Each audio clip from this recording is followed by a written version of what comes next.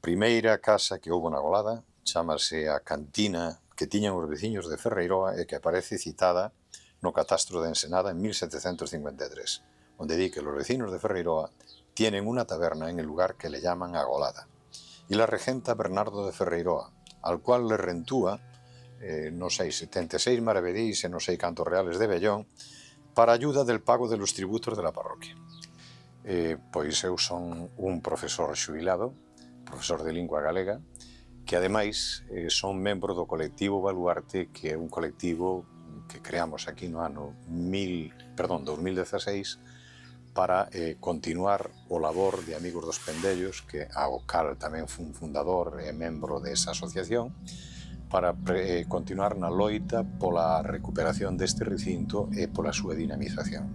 Estamos no recinto dos Pendellos da Golada, que é un recinto de feira que data do ano 1788. Podo afirmar con rotundidade, despois de visitar prácticamente todos os recintos coñecidos de Galicia e incluso 10 de Portugal, que estamos no principal recinto de feira tradicional de Galicia e de Portugal. Digo isto pola súa diversidade, pola súa extensión, pola variedade de construcións que aquí hai e pola cantidade de elementos relacionados coa feira. Elementos arquitectónicos, é dicir, temos unha cabeleriza, temos o antigo cuartel cárcere, temos unha capela, temos un miliario romano que se encontra aquí a Almiñas Costas. Son elementos da feira que non se conservan prácticamente en ningún outro lugar. E aparte, pois temos pendellos expositores, como este no que nos encontramos, temos casetas almacén e temos os pendellos comedor. Hasta 15 comedores chegou a ver aquí na feira, dos cales aínda se conservan uns 8 ou 9. A orixe da Golada é dos seus pendellos. Que foi antes, a Golada ou os pendellos?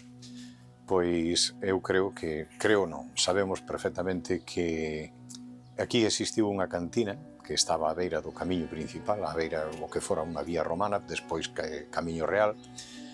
Témola datada no ano 1753, no referenciado no catastro de Ensenada, donde din que os veciños de Ferreiroa tiñan unha taberna no lugar que chamaban a Golada. Esa taberna foi posiblemente a primeira casa, posiblemente non, é a primeira da que temos referencia aquí na Golada. A continuación estableceuse un asturiano para montar un taller de caldeiros, un pequeno obradoiro de caldeiros, alrededor do ano 1700, é dicir, sempre anterior á feira. Logo naceu unha estafeta de correos e tamén se asentou o escribán don Ramón de Barrio e Losada e precisamente con ese motivo don Ramón primeiro funda unha feira a 3 km de aquí ou 4, aí no lugar de Allán. Visto que non funcionaba ali a feira por diversos motivos, decide traela aquí a carón da súa casa. Entón, cando nace a feira, a Golada xa ten 4 casas. E despois, co establecemento da feira, pois foi paulatinamente crecendo, sobre todo creceron os pendellos.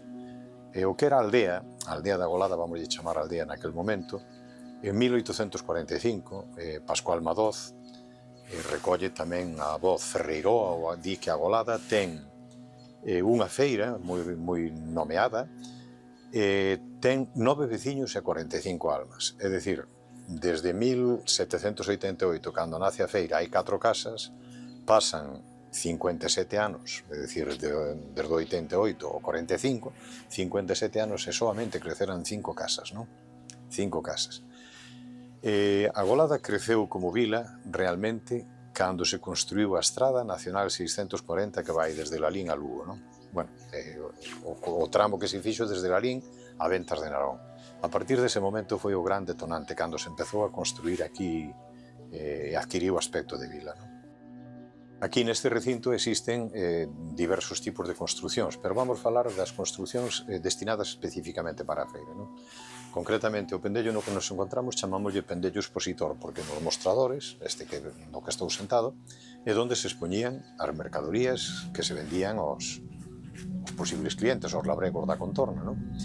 Que é o que se vendía aquí nestes pendellos? Pois moitas roupas, lenzos, teas de todo tipo, xabóns, aceites, ferraxes, rosquillas, a parte da alimentación tamén, non? Pero, sobre todo, as carnes salgadas. Bueno, as carnes salgadas normalmente puñíanse fora, pero, bueno, no entorno dos pendellos, non?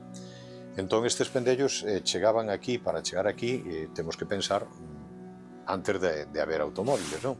Chegaban coas cabalerías, donde traían fardos, descargaban os fardos, estendíanos nos mostradores e logo ian colocando unhas mercadorías no propio mostrador, outras no contramostrador e incluso colgando con taquiños espetados aí nas paredes, colgaban e expoñían as distintas mercadorías. Cando viñeron os coches de liña, pois sucedeu exactamente igual, solo que en lugar de traer os fardos na mula, pois traían os fardos nun autobús e logo había porteadores que cargaban aqueles fardos pesados e viñan con eles hasta aquí, hasta o interior dos pendellos, non?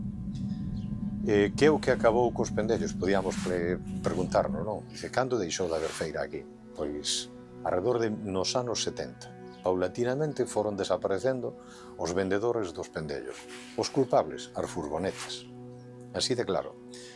Por qué? Porque cando un comprador que viña no coche de liña pode comprar a súa propia furgoneta, trae a mercancía na súa furgoneta, pero tamén trae unha estrutura desmontable que vai a montar e monta o seu tinglado.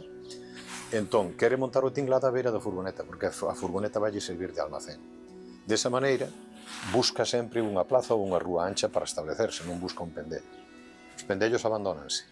Ao abandonar os pendellos, aquí os propietarios xa non nos reparan, non nos alugan, non lles ten maior interese reparalos. Caen as tellas, terminan caendo as vigas, no chan medra a vegetación, silvas, medra de vegetación de todo tipo, e os pendellos terminan feitos unha ruína. Eso sucedeu nos anos 70, non aquí na Golada, en todos os sitios, non? Afortunadamente, pois, na Golada viuselle que isto tiña unha certa entidade. En 1985 declarouse conxunto histórico-artístico, frenou todos as posibles desfeitas que se estaban a producir e preservamos pois alrededor dun 70% do que había. Agora toca restauralo. Temos restaurado a maioría, pero ainda queda moito que restaurar. Pois este Paseo da Parranda era a principal rúa da feira. Precisamente eu penso que eran máis cotizados os pendellos, porque por aquí pasaba moita xente e máis tiña 7 pendellos comedor. E chamábaselle da Parranda porque no remate da feira empezaba o paseo dos mozos e das mozas. Había xente que non viña á feira porque ao mellor quedaba atendendo a facenda, o ganado e todo eso na casa, pero cando chegaban os primeiros da feira eles eran relevados para poder vir ao paseo da feira, non? Durou hasta que se construiu a carretera. En canto se construiu a carretera principal, ali era máis ancho, había bares, estaba mellor pavimentado, o paseo trasladouse á carretera. Temos tamén, por outra parte, son o maior número de construcións dos pendellos da Golada, as casetas almacén. As casetas non se utilizaban para vender as mercadorías, senón que utilizaban os labregos, os labregos que podían, pois construían unha caseta ou comprábana, non? Aquí na Golada. E esa caseta, pois servíalles para ao chegar á feira, meter o cabalo dentro, e logo podía comer, podía dormir, porque había xente que viña o víspera para estar ben cedo na feira, pois viña de víspera. Guardaba o cabalo e dormía ali, un brazado de palla, dormía na caseta. Moitas veces comían nela. E chamámoslle almacén porque ao longo do día, ao día da feira, vas facendo compras, pero non vas con elas todas ao lombo. Entonces íbanas almacenando hasta o momento de marchar da feira, non? Por iso lle chamamos casetas almacén. De 213 construcións que teño catalogadas aquí no recinto da Golada, 150 e algo eran casetas. Temos uns 42 pendellos expositores e 15 comedores, máis unha capela, máis o cuartel, máis a cabaleriza, é dicir, hai construcións a esgalla, non? En ningún outro recinto hai tantas construcións. Visitei os grandes recintos de Galicia, que podemos chamarlle Parga, Castro Verde, o Páramo, a Pobra de San Xiao e San Claudio en Ortigueira. Son os recintos máis grandes de Galicia, pero ningún se asemella a este. Ningún, porque non teñen a diversidade. Por exemplo, en ningún recinto existen 150 casetas almacén, en ningún. Hai algunhas, 3, 10, 15. En algún recinto non hai ningún. Comedores, pois había pendellos para comer en diversos recintos, pero 2, 3, aquí hai 15. 15, é dicir, a diferencia é moi notoria. Despois, estes pendellos da Golada teñen tamén algo especial, e é a pedra daqui da Golada, a pedra granítica da Golada, asentada en seco, non? Rústica, tal como se saca da canteira. Aquí non hai nada ciselado, non hai ningún ornamento. Por exemplo, vamos a Parga, pois si teñen un recinto precioso, un campo de feira maravilloso. Os pendellos pois están moi elaborados, están cincelados, fuste, capitel, incluso en algúns pois temos basamento, fuste, capitel, é dicir, son pendellos máis elaborados, posiblemente máis recentes, non? A Golada ten eso, ten o peso da historia, ten a rusticidade e ten a súa extensión e a súa diversidade. E despois os pendellos comedor. E os pendellos comedor son casetas longas, casetas grandes. Nalgúnas, nas máis pequenas, podían caber 20 persoas, 20 comensais, pero nos máis grandes podíamos aloxar 100 e algo persoas, 110, 120, dependendo do apretados que pudesen estar, non? Tuvemos 15 pendellos comedor. En que consistían? Pois eran casetas que tiñan unha esquiniña, unha lareira a media altura, unha lareira pequena, onde se cociñaba. Pero a xente, e despois había mesas de madeira de pino normalmente, con bancos corridos tamén. Todo bastante apretado. Entón a xente mercaba onde estaban os pulpeiros, aquí era na praza, mercaba o seu pulpo, iba co prato do pulpo ata o pendello comedor. Tamén mercaba o pan na plaza, levaba o pulpo e o pan. Entón, cando se sentaba na mesa, o primeiro que lle preguntaban era se canto viño quería, supoñías porque a única bebida que tiñan ali era o viño. E tamén se quería cachelos ou non. Entón, pois, dabanlle pulpo con cachelos. Unha vez terminado o pulpo, pois, ainda se ofertaban diversos platos, segundo os pendellos. Normalmente, en cada pendello, ofertabas un plato ou a veces dous, non? Non é dicir, teño unha variedade de menús, non. En algunhas ocasións, pois, ofrecíanche carne ao caldeiro, ou podía ser unha posta de vitela, carne estofada ou asada, non? En outros casos, había xurelos asados tamén. Xa andando o tempo, co paso dos anos, pois algúns ofrecían callos, ofrecían arroz con polo e cousas polo estilo. Pero eu creo que tradicionalmente eses platos primeiros que citei os que se ofrecían aquí. Entón, esa xente actuaba de hosteleiros un único día ao mes, porque a feira da Golada era o día 12 nada máis. E os pendellos, eses pendellos comedor, pois tiñan varios turnos de comidas. Comían uns, empezaban ao mellor ás 11 da mañá xa a xente comendo pulpo. Cando levantaban eses, viñan outros. E por que comer tan cedo? Porque había xente que ao mellor saíra da casa ás 5 da mañá. A fame acude máis cedo cando madrugar moito, non? Moi ben. E despois temos unha capela tamén. Unha capela que tamén foi trasladada no seu día polo escribán don Ramón de Barrio Losada, que é o que promotor desta feira. Esa capela era da familia da súa muller, estaba situada a 3,5 km da Golada, nun sitio que lle chaman As Virtudes.